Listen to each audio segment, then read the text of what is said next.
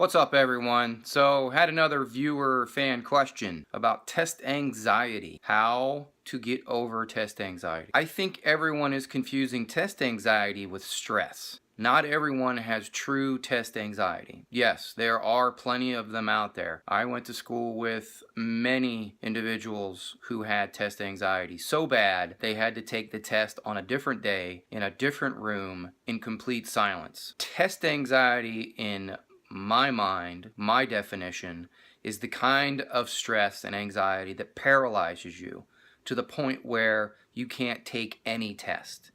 Test anxiety for a particular exam is just stress to me.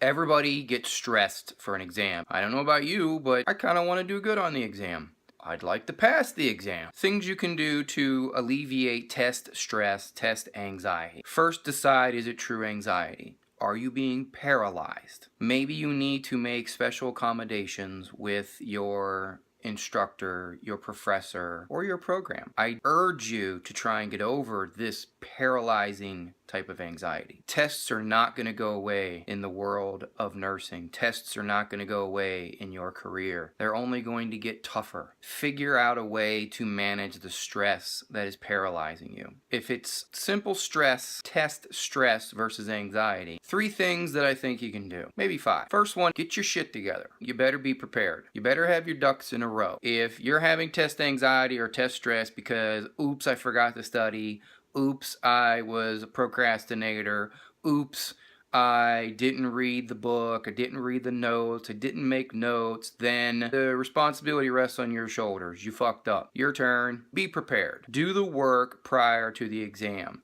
That will alleviate probably 75% of your stress.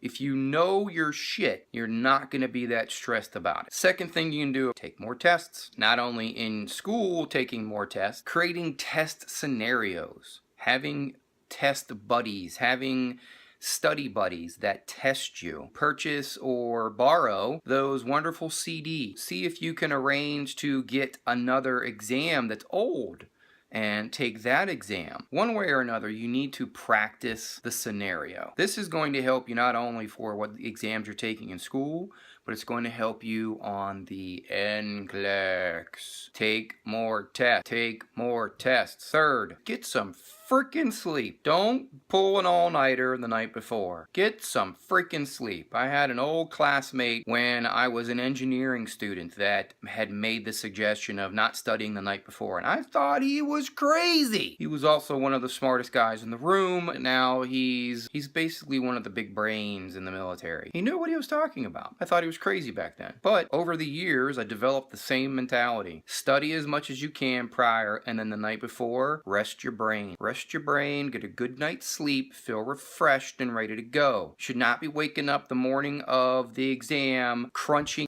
I used to do it too.